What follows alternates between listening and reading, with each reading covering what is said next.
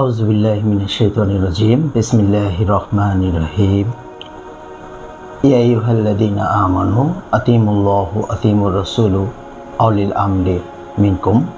পবিত্র কোরআনের 4 নম্বর সূরা সূরা নিসার 59 নম্বর আয়াতটি দিয়ে আজকের আলোচনা শুরু করছি। পবিত্র কোরআনের সূরা নিসার 59 নম্বর আয়াতে আল্লাহ বলেন, হে মুমিনগণেরা, আনুগত্য করো আল্লাহর, তার রাসূলের এবং তাদের যাদের উপর দায়িত্ব অর্পণ করা হয়েছে। তো আজকের যে বিষয়টি নিয়ে আলোচনা করব সেই বিষয়টি খুবই গুরুত্বপূর্ণ একটি বিষয়, বিশেষ করে এই ভারত উপমহাদেশে, তার চাইতেও বিশেষ করে বাংলাদেশে। কারণ বিশেষ করে ভারত উপমহাদেশে ধর্মকে যেভাবে নিজেদের স্বার্থে ব্যবহার করে থাকে ধর্ম ব্যবসায়ীরা, এমন পৃথিবীর অন্য কোথাও আপনি পাবেন না। আপনি দেখবেন সকল পীর, বুজুর্গ, মাজার, খানকা, দরবার, দরগা, এগুলো কিন্তু সব বাংলাদেশে এবং আপনি ভারতে পাবেন, পাকিস্তানে পাবেন, ভারত উপমহাদেশে। এগুলো আপনি আল্লাহ রাসূলের যে দেশ, আল্লাহ রাসূল যেই দেশে ঘুমিয়ে আছেন, আল্লাহ রাসূল যেই দেশে জন্মগ্রহণ করেছেন, সেই সৌদি আরবে কিন্তু আপনি এগুলো পাবেন না। সৌদি আরবে মাজার পাবেন না, কোনো পীর পাবেন না।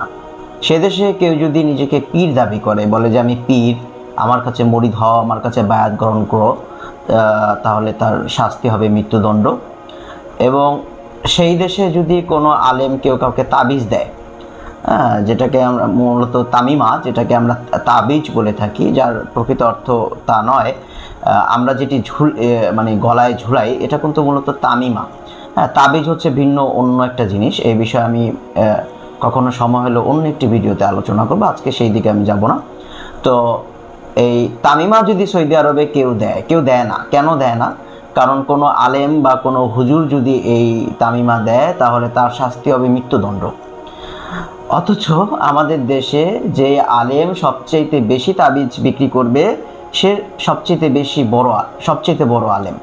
যে নিজেকে বড় পীর দাবি করবে, সে খুব বড় একজন আলেম এবং বুজুর্গ হিসেবে তাকে আধ্যাত্মিকতার চরম শিখরে সে অবস্থান করছে, এইভাবে সাধারণ মানুষগুলো কল্পনা করে।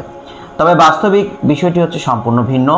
বা বাস্তব বা সত্য হচ্ছে এই যে কোনো ধূর্ত শেয়াল বা মিথ্যাবাদী ছাড়া কখনো কেউ পীর হয় না, এবং আহাম্মক ছাড়া, অশিক্ষিত মূর্খ ছাড়া, জাহেল ব্যক্তি ছাড়া কখনো কোনো ব্যক্তি মুরিদ হবে না।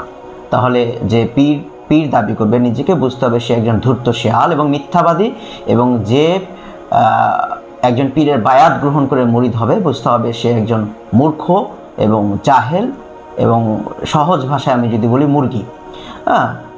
আমাদের পীর সাহেবরা সেটাই করছেন বাংলাদেশে। তো এই যে পীরতন্ত্র, এই পীরতন্ত্রের আরেকটি অদৃশ্য নাম রয়েছে, সেই বিষয়টি আমি উল্লেখ করব। এই পীরতন্ত্রের যে অদৃশ্য নাম রয়েছে, সেই নামটি মূলত পুরোহিততন্ত্র। তো এই পীরতন্ত্র, বায়াত গ্রহণ, পীরের কাছে বায়াত গ্রহণ, এই বিষয়গুলো কিন্তু এসেছে যে পুরোহিতরা যেভাবে, হিন্দু পুরোহিতরা যেভাবে ধর্ম ব্যবসা করে থাকে, ঠিক একই রকমভাবে আমাদের পীর সাহেবরা সেটাই করছেন। তো এখানে আসলে অনেকে বলে থাকেন পীর হক্কানি, আবার হক্কানি নয়, এরকম ভাবে প্রকারভেদ করে থাকে। কিন্তু এটা হচ্ছে আরেকটি মূর্খতা, যে আসলে ঘোড়া কখনো ডিম পারে না, আর হাতিও কখনো আকাশে ওড়ে না। তো ঘোড়া যেদিন ডিম পারবে এবং হাতি যেদিন আকাশে উড়বে, সেই দিনই পীরতন্ত্র, হক্কানি পীর শব্দটির বাস্তবতা আমরা দেখতে পারবো। কারণ পীরতন্ত্রের সাথে মূল ইসলামের, মুহাম্মদ সাল্লাল্লাহু আলাইহি ওয়াসাল্লাম যে দিন নিয়ে পৃথিবীতে এসেছেন, যে ইসলাম রেখে গেছেন, সেই ইসলামের কোনো সম্পর্কই নেই। এটি মূলত বিকৃত ইসলাম থেকে এসেছে, এবং এটি এসেছে সুফিজম থেকে, এবং সুফিজম এসেছে শিয়াদের থেকে। তার একটি জ্বলন্ত উদাহরণ এবং প্রমাণ আমি পেশ করছি। সেটা হচ্ছে, আমি আলোচনার একেবারে শুরুতেই এই পবিত্র কোরআনের একটি আয়াত আমি উল্লেখ করেছি, যেটি পবিত্র কোরআনের 4 নম্বর সূরার 59 নম্বর আয়াত, যে ইয়া আইয়ুহাল্লাযীনা আমানু, হে ঈমানদারগণেরা, আতিমুল্লাহ আতিমুর রাসূল আউলিল আমর মিনকুম, আনুগত্য করো আল্লাহ, তার রাসূলের এবং তাদের যাদের উপর দায়িত্ব অর্পণ করা হয়েছে। সূরা বাকারায় আল্লাহ পাক বলেন যে এই কোরআনই তোমাদেরকে পথ প্রদর্শন করবে। আবার অনেকেই কোরআন পড়েই পথভ্রষ্ট হবে। কোরআন পড়ে কিভাবে পথভ্রষ্ট হয় মানুষ? হ্যাঁ, কোরআন পড়েও মানুষ পথভ্রষ্ট হতে পারে। যখন একজন ব্যক্তি কোরআন তার নিজের মতো করে বোঝে, নিজের মতো করে তার নিজের ব্রেনে যেটা আসে, নিজের আকল দিয়ে যে কোরআনকে বোঝে, তখনই কিন্তু মানুষ কোরআন পড়েও পথভ্রষ্ট হয়। এবং কোরআন পড়ে যদি আপনি হেদায়েত প্রাপ্ত হতে চান, সুপথ প্রাপ্ত হতে চান, তাহলে অবশ্যই আপনাকে কোরআন সেইভাবে বুঝতে হবে যেভাবে আল্লাহর রাসূলের সাহাবীগণ বুঝেছেন। এর বাহিরে নয়। এর বাহিরে গেলেই মানুষ পথভ্রষ্ট হয়ে যাবে। যেমন আমি উদাহরণ দিচ্ছি প্রাসঙ্গিক বিষয়ে।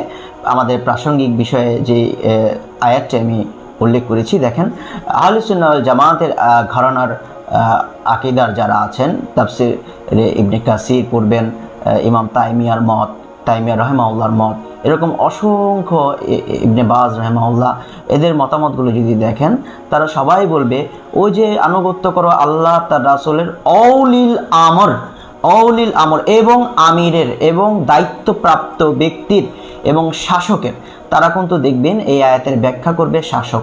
কিন্তু আপনি যখন একই আয়াতের ব্যাখ্যাটা সুফিজম বা শিয়াতন্ত্র থেকে নেবেন, শিয়া মাযহাব থেকে নেবেন, বিশেষ করে ইসনে আশারিয়া, ইরানের ইসনে আশারিয়া, তারা কিন্তু এই আয়াতের ব্যাখ্যা এইভাবে করবে যে অউলিল আমর বলতে ওই যে 12 জন ইসনে আশারিয়া, 12 জন ইমামকে বোঝানো হয়েছে। ঠিক একইভাবে আমাদের বাংলাদেশের পীরেরা, বিশেষ করে আমি দেখেছি চরমনাই যে পীর আছে, যাকে আমরা মূলত হক্কানি বলে থাকি, হক্কানি পীর। তো এই হক্কানি পীর এবং তার মুরিদরা এই পীর যে ধরতে হবে, পীর ধরতে হবে, জান্নাতে যেতে হলে পীর অবশ্যই ধরতে হবে, তারা কিন্তু এটা প্রমাণ করার জন্য এই আয়াতটি ব্যবহার করছে। অথচ এইখানে অউলিল আমর বলতে শাসককে বোঝানো হয়েছে, কোনো পীরকে বোঝানো হয়নি। আর ইসলামী শাসন ব্যবস্থা কায়েম থাকলে, খেলাফত প্রতিষ্ঠিত থাকলে অবশ্যই খলিফার কাছে বায়াত হতে হবে, বায়াত ভঙ্গ করা যাবে না। এই জিনিসটি আমাদেরকে খুব ভালোভাবে বুঝতে হবে। এবং আমরা আল্লাহ তার রাসূলের কাছে তো অবশ্যই বায়াতরত অবস্থায় আছি। এবং আমরা যখন জিহাদ হয়, তখন জিহাদের ময়দানে আমিরের কাছে বায়াত হতে হয়। এছাড়া আসলে কোনো বায়াতের কোনো বিষয়ই ইসলামে নেই। আরেকটি বায়াত ছিল, সেটা হচ্ছে মুহাম্মদ সাল্লাল্লাহু আলাইহি ওয়াসাল্লাম বরকতের বায়াত নিতেন, কারণ আল্লাহ রাসূল সাল্লাল্লাহু আলাইহি ওয়াসাল্লাম ছিলেন একজন বরকতময় নবী।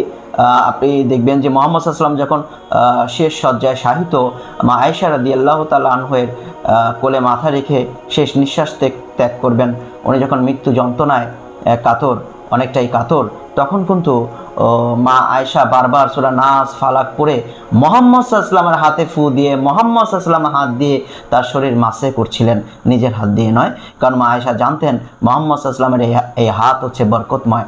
তো মুহাম্মদ সাল্লাল্লাহু আলাইহি ওয়াসাল্লামের ইন্তেকালের পর কোনো সাহাবী কিন্তু এই বরকতের বায়াত নেয়নি, সুতরাং এটি রদ হয়ে গেছে। এই বরকত এবং কল্যাণের বায়াত নেয়নি। তাহলে বলতে পারেন যে আবু বকর রাদিয়াল্লাহু তাআলা আনহু, ওমর রাদিয়াল্লাহু তাআলা আনহু, ওসমান রাদিয়াল্লাহু তাআলা আনহু সহ সকল খলিফাগণ তারা কিসের বায়াত নিয়েছে? তারা অউলিল আমরের বায়াত নিয়েছে, অর্থাৎ শাসক হিসেবে তাদের রাষ্ট্রের জনগণের বায়াত নিয়েছে, যেহেতু তারা পবিত্র কোরআন দ্বারা রাষ্ট্র পরিচালনা করতেন। আর আল্লাহ রাসূল বলেছেন, যদি নাক কাটা গোলামও তোমাদের শাসন ক্ষমতা নিয়ে নেয়, তবুও তার আনুগত্য করো যতক্ষণ পর্যন্ত সে পবিত্র কোরআনের আইন দ্বারা রাষ্ট্র পরিচালনা করে। আর এজন্যই কিন্তু যখন হযরতে হুসাইন রাদিয়াল্লাহু তাআলা আনহু কারবালার ময়দানে রওনা হন, কারবালার ময়দানে রওনা হওয়ার, কারবালা বা কুফায় রওনা হওয়ার পূর্বেই কিন্তু সেখানে কিন্তু আপনার গভর্নর ছিল রাসূল সাল্লাল্লাহু আলাইহি ওয়াসাল্লামের একজন সাহাবী নোমান ইবনে বশির। যে নোমান ইবনে বশিরের কার্যকলাপগুলো দেখলে মনে হচ্ছিল যে উনি কিন্তু হযরতে হুসাইন রাদিয়াল্লাহু তাআলা আনহুর প্রতি দুর্বল ছিলেন, যেহেতু মুহাম্মদ সাল্লাল্লাহু আলাইহি ওয়াসাল্লামের দৌহিত্র, এই দুর্বলতা থাকাটাই স্বাভাবিক। কিন্তু যখন ওনাকে ওবায়দুল্লাহ বিন জিয়াদ যখন গেলেন রাসূল হযরত হোসাইন রাদিয়াল্লাহু তাআলা আনহুর বেশ ধরে মুখ ঢেকে, তখন কিন্তু উনি অনেকটাই দরজা খুলছিলেন না, কিন্তু তার সাথে খুব নমনীয় আচরণ করছিলেন, কারণ সে ভাবছিলেন এই মুখ ঢাকা লোকটি হযরত হোসাইন রাদিয়াল্লাহু তাআলা আনহু। কিন্তু সে কিন্তু তার পূর্বে কিংবা তার পরবর্তীতেও যখন তাকে বাদ দিয়ে উবাইদুল্লাহ বিন জিয়াদকে ওখানে গভর্নর নিযুক্ত করলো ইয়াজিদ, তখনও কিন্তু নোমান ইবনে বশির এজিদের বায়াত ভঙ্গ করেনি। কারণ এজিদ যদিও একজন বিতর্কিত ব্যক্তি, কিন্তু সে কিন্তু কোরআন যে সংবিধান ছিল ওই সময় আরবের, সেটি ছিল পবিত্র কোরআন। এই কোরআনকে কিন্তু উনি বাদ দেননি। এই কোরআনের আইন দ্বারাই, অর্থাৎ শরিয়া আইন দ্বারাই উনি শাসন ক্ষমতা পরিচালনা করেছে। তো এই জন্য ওখানে অসংখ্য মানুষ কিন্তু হযরত হোসাইন রাদিয়াল্লাহু তাআলা আনহুর পক্ষে থাকা সত্ত্বেও তারা কিন্তু এজিদের বায়াত ভঙ্গ করেনি। আর তাছাড়া মদিনা এবং কুফা ছাড়া অন্যান্য যে প্রদেশগুলো ছিল আরবের, সকল প্রদেশে কিন্তু বসরা বলেন, অন্যান্য প্রদেশে সবাই কিন্তু এজিদের বায়াত গ্রহণ করেছিল, যদিও এজিদ বিতর্কিত ছিল এবং হযরত হোসাইন যোগ্য ছিল। এর কারণ হচ্ছে বায়াত। এই বায়াত খুবই গুরুত্বপূর্ণ একটি বিষয়। এবং যখন হোসাইন কারবালার ময়দানে গেলেন, তখন উনি যখন 3টি দাবি করেছিলেন যে আমি যেখান থেকে এসেছি সেখানে ফিরে যেতে চাই, অথবা আমাকে বর্ডারে পাঠিয়ে দেওয়া হোক, সেখানে আমি যুদ্ধ করে অমুসলিমদের সাথে যুদ্ধ করে শহীদ হতে চাই, অথবা আমি এজিদের কাছে চলে যেতে চাই, যে এজিদের কাছে আমি বিষয়টি নিয়ে আলোচনা করতে চাই। তখন কিন্তু তার এই 3টি যে দেওয়া হয়েছিল, প্রস্তাব দেওয়া হয়েছিল, সেগুলো যৌক্তিক থাকা সত্ত্বেও এগুলো প্রথম অবস্থায় ওবায়দুল্লাহ বিন জিয়াদ মেনে নিবে এরকম একটা ভাব। তখন কিন্তু শাম্মার বিন জুল জাওশান, যাকে আমরা সীমার বলে চিনে থাকি, সে কিন্তু এখানে একটি ঝামেলা তৈরি করে। সে কিন্তু ওবায়দুল্লাহ বিন জিয়াদের ব্রেনকে অন্যদিকে ঘুরিয়ে দিয়ে সে বিষয়টি থেকে ওবায়দুল্লাহ বিন জিয়াদকে এই প্রস্তাবগুলো মেনে নিতে এখান থেকে গাফেল রাখে। তো যাই হোক, তো এখানে মূল বিষয়টা হচ্ছে হোসাইনকে কেউ আঘাত করছে না। হোসাইনকে যখন হত্যা করা হবে, একজন আরেকজনকে দেখা যাচ্ছে যে কারবালার ময়দানের যে বর্ণনাগুলো পাওয়া যায় আল বিদায় আল নিহায়া থেকে, আমারও নিজের কারবালা একটি বই আছে, সেই বইতেও আপনি পাবেন যে একজন আরেকজনকে কোনোই দিয়ে গুঁতো দিচ্ছে যে তুই হত্যা কর, সে আবার তাকে বলছে তুই হত্যা কর। কারণ এখানে সবাই বুঝতে পারছে যে তারা হযরত হোসাইনের কে হত্যা করবে, এটা সবাই বুঝতে পারছে যে এটা একটি অমার্জনীয় একটি অপরাধ এবং একটি বড় ধরনের অপরাধ তারা করতে যাচ্ছে। কিন্তু তারা হযরত হোসেনকে আবার যেতেও দিচ্ছে না, আবার হযরত হোসেনকে আবার তারা হত্যাও করবে। এর কারণটা আসলে কি? আমরা কিন্তু অনেক সময় ওই শিয়াদের লেখা বই পড়ে বিভ্রান্ত হয়ে যাই। শিয়ারা আমাদের ব্রেন ওয়াশ দীর্ঘদিন করে রেখেছে বিষাদ সিন্ধু নামক গ্রন্থ থেকে। কিন্তু এখানে বিষয়টা হচ্ছে, আপনি মূল বিষয়টা বুঝতে হবে।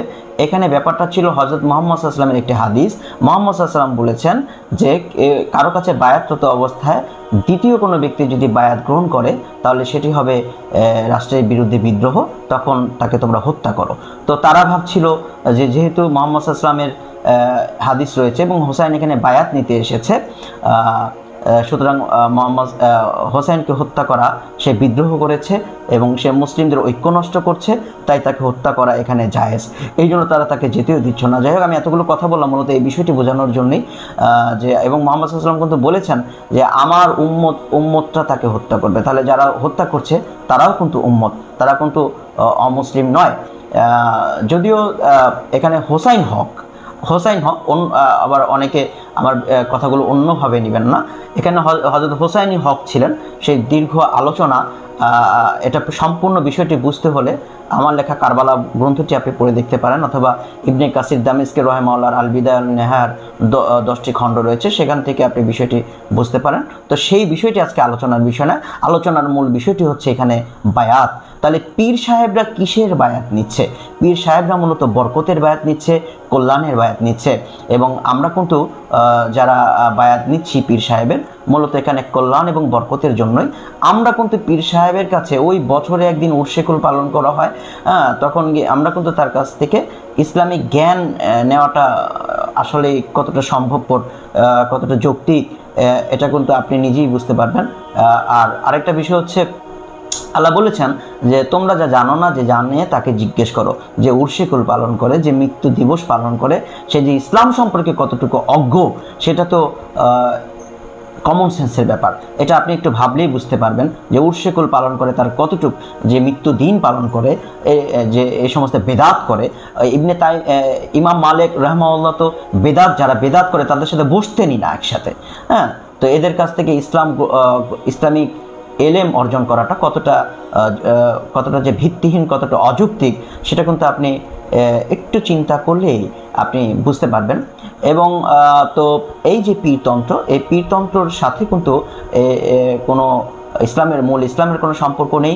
বরঞ্চ এই যে পীরেরা, এতগুলো পীর, বাংলাদেশে এত পীর একসাথে বায়াত নিচ্ছে, তারা যদি বলে যে না আমরা বরকতের বায়াত নিচ্ছি না, আমরা অন্য বায়াত নিচ্ছি, খেলাফতের বায়াত নিচ্ছি, তাহলে কিন্তু রাসূল সাল্লাল্লাহু আলাইহি ওয়াসাল্লামের হাদিস অনুযায়ী বাংলাদেশে যদি কখনো খেলাফত প্রতিষ্ঠিত হয়, তাহলে ওই খলিফার প্রথম দায়িত্ব হচ্ছে এই সকল পীরকে মৃত্যুদণ্ড দেয়া।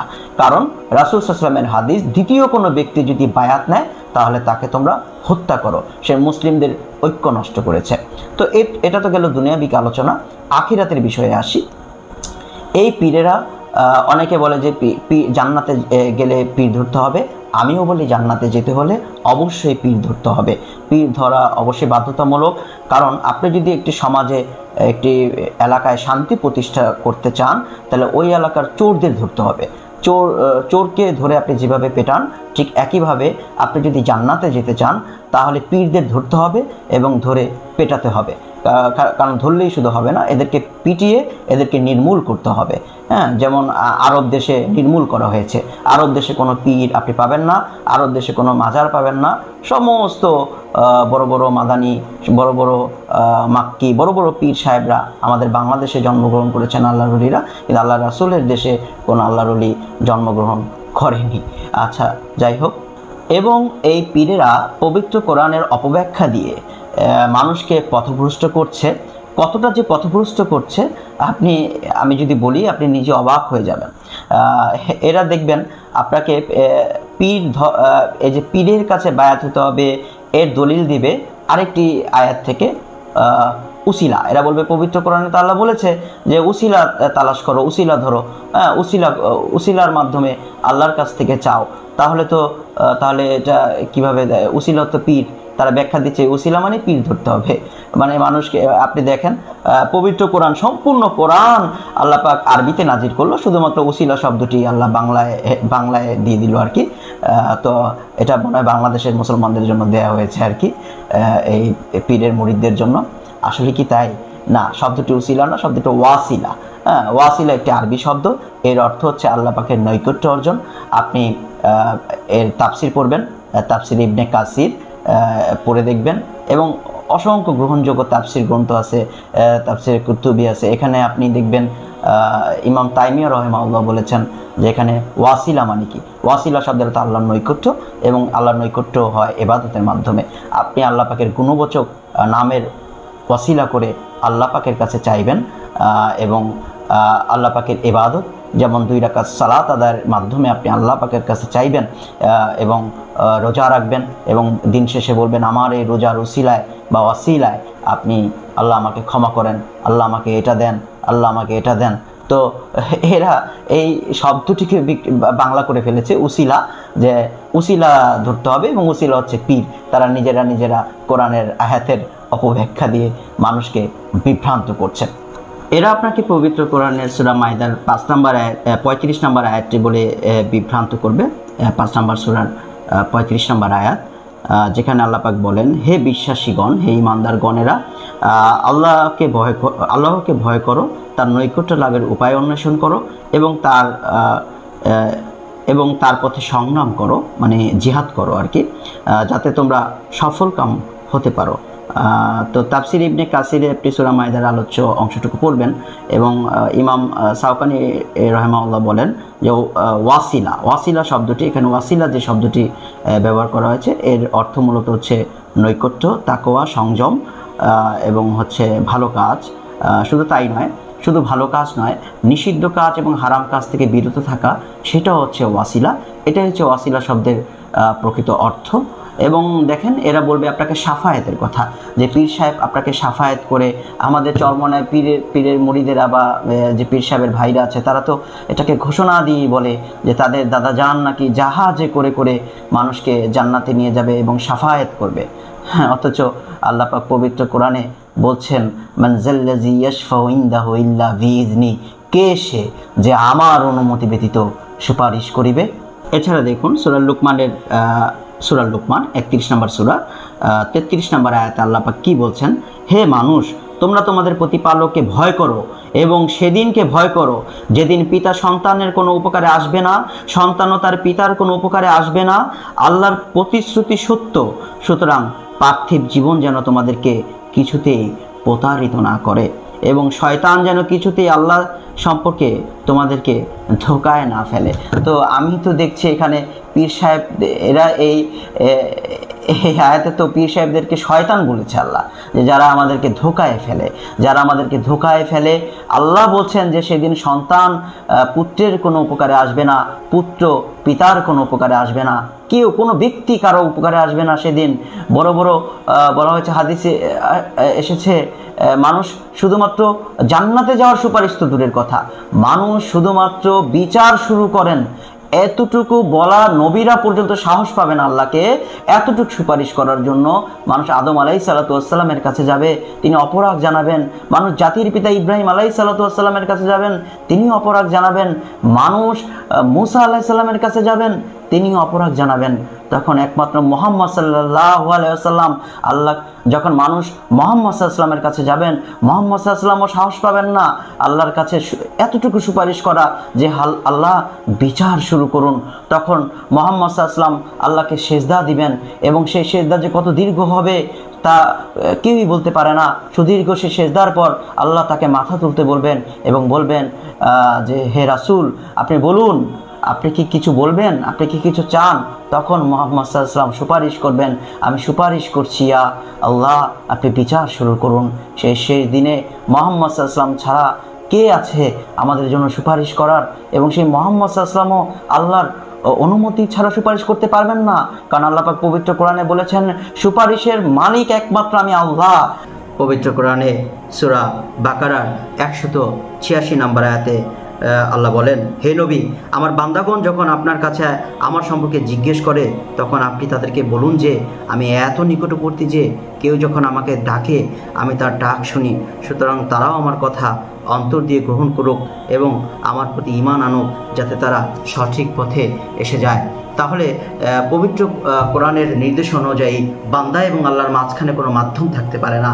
যারা বলে মাধ্যম এবং যারা বলে যে আমরা তো গুনাহগার, আমাদের কথা আল্লাহ শুনবেন না, এই জন্য আমরা একজন পীর সাহেব লাগবে, তার মাধ্যমে আমাদেরকে দোয়া করাতে হবে।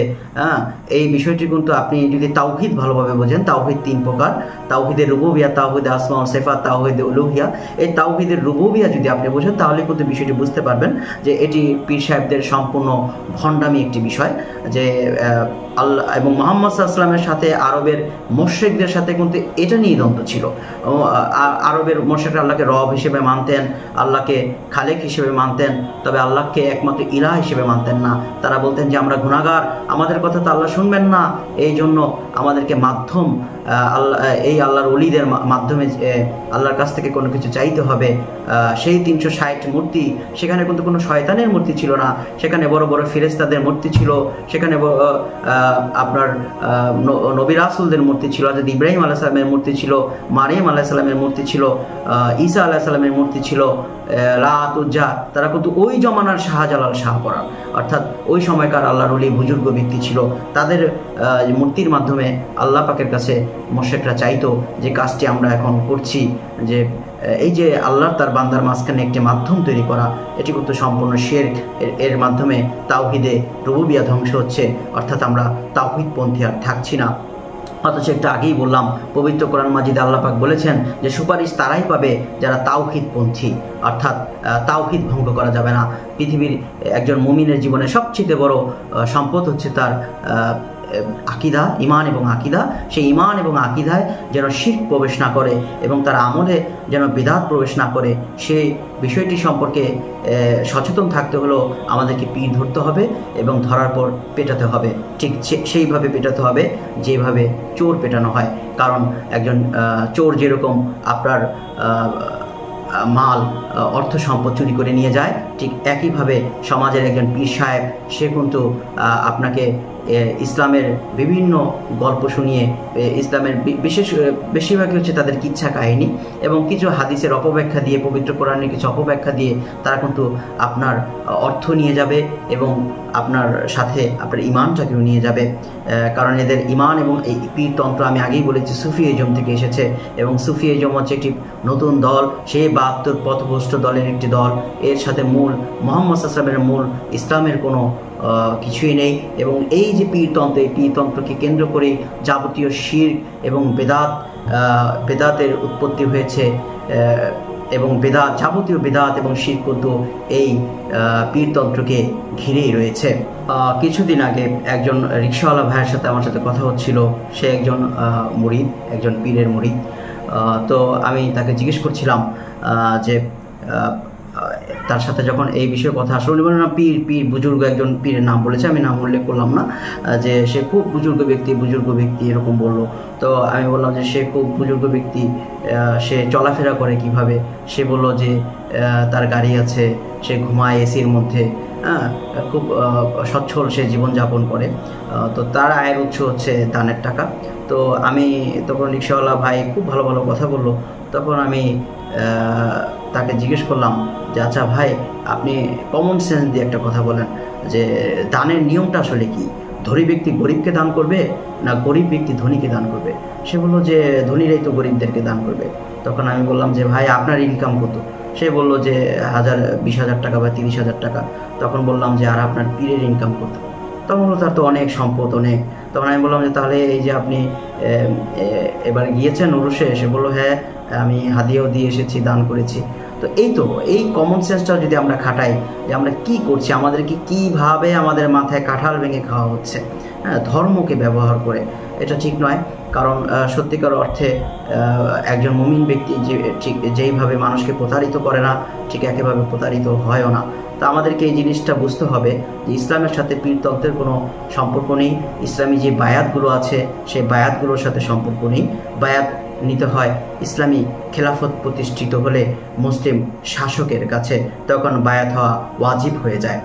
পবিত্র কোরআনের সূরা বনী ইসরাইলের 81 নম্বর আয়াতটি উল্লেখ করে আমি আমার আলোচনা আজকে এখানেই শেষ করব। অকুল জাল হক ওয়া জাহাক্কাল বাতিল ইন্নাল বাতিলা কানা জাহুকা। যখন সত্য মিথ্যার সামনে এসে দাঁড়ায়, মিথ্যা বিলুপ্ত হয়, মিথ্যা তো বিলুপ্ত হবার জন্যই।